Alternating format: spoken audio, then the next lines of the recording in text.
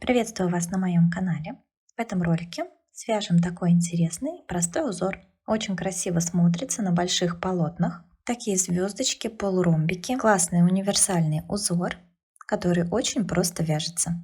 Подписывайтесь на канал, нажимайте на колокольчик, чтобы не пропускать новые видео. Раппорт узора 10 петель, плюс 4 петли для симметрии, если мы вяжем поворотными рядами, плюс 2 кромочные. Здесь я набрала петли на 2 раппорта, плюс 4 петли, плюс 2 кромочные. Первый ряд узора. Кромочную снимаю. Далее нам надо перекрестить 2 петли с наклоном влево. За работой провязываю сначала вторую петлю, затем первую. Снимаю 2 петли с левой спицы. Далее 2 петли перехлестываем с наклоном вправо, меняем их местами, так чтобы вторая оказалась сверху, и провязываем лицевыми. Далее вяжем 6 лицевых. Это наш раппорт. Так будем повторять до конца ряда. Перехлёст с наклоном влево, перехлёст с наклоном вправо, меняем петли местами, провязываем лицевыми за задние стенки. Далее 6 лицевых.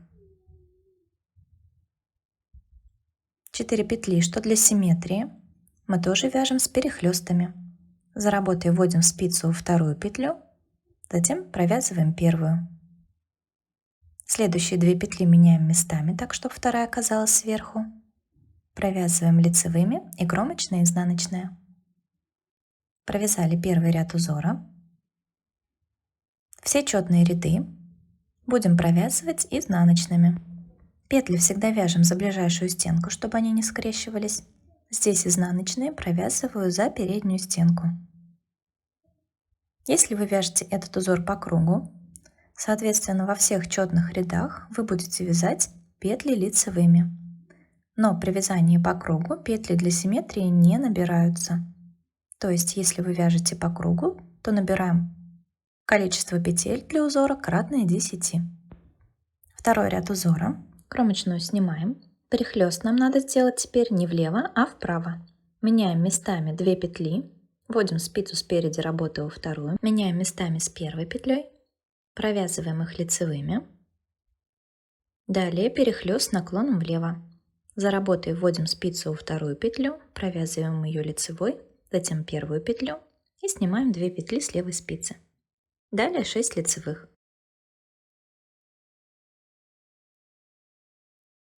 Провязали раппорт. Снова делаем перехлёст с наклоном вправо.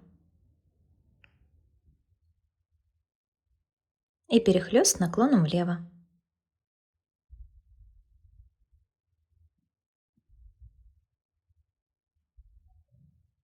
Провязываем 6 петель.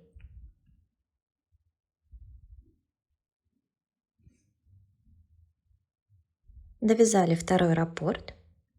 И здесь у нас осталось 4 петли для симметрии. Делаем перехлёст с наклоном вправо. Перехлёст с наклоном влево.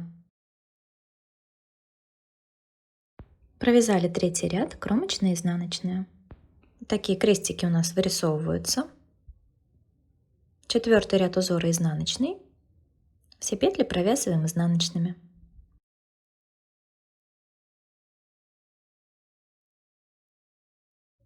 В пятом ряду все петли провязываем лицевыми. Довязываем ряд до конца. В шестом ряду у нас снова все петли изнаночные. В седьмом ряду мы должны сформировать наши перехлесты в шахматном порядке. То есть крестики наши должны быть здесь и здесь. Кромочную снимаем. Провязываем 5 лицевых.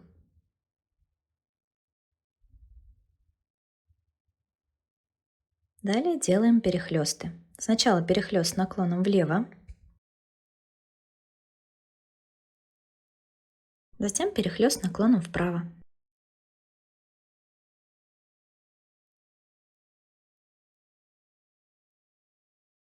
Одна лицевая.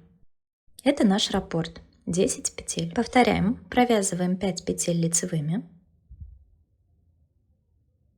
Делаем перехлест. Сначала за работой провязываем вторую петлю, затем первую, перехлёст наклоном влево, спереди работы меняем местами петли, делаем перехлёст наклоном вправо. Провязываем оставшиеся 5 петель лицевыми. Кромочная, изнаночная. В изнаночном ряду все петли у нас изнаночные. Довязываем ряд. В следующем ряду продолжаем формировать наши крестики, наши перехлесты. Провязываем 5 лицевых. Выполняем перехлест наклоном вправо, меняем местами 2 петли и перехлест наклоном влево. 1 лицевая. Провязали раппорт. Следующий раппорт снова 5 лицевых. Перехлест наклоном вправо. Перехлест наклоном влево. И довязываем оставшиеся 5 петель лицевыми. Кромочная, изнаночная. Изнаночный ряд, все петли изнаночные. 11 ряд узора, все петли провязываем лицевыми. В 12 ряду все петли провязываем изнаночными. Далее повторяем наш узор с первого ряда на нужную высоту. Такой интересный, простой и красивый узор. Спасибо вам за внимание. Подписывайтесь на канал, нажимайте на колокольчик, чтобы не пропускать новые видео. Будем вязать вместе.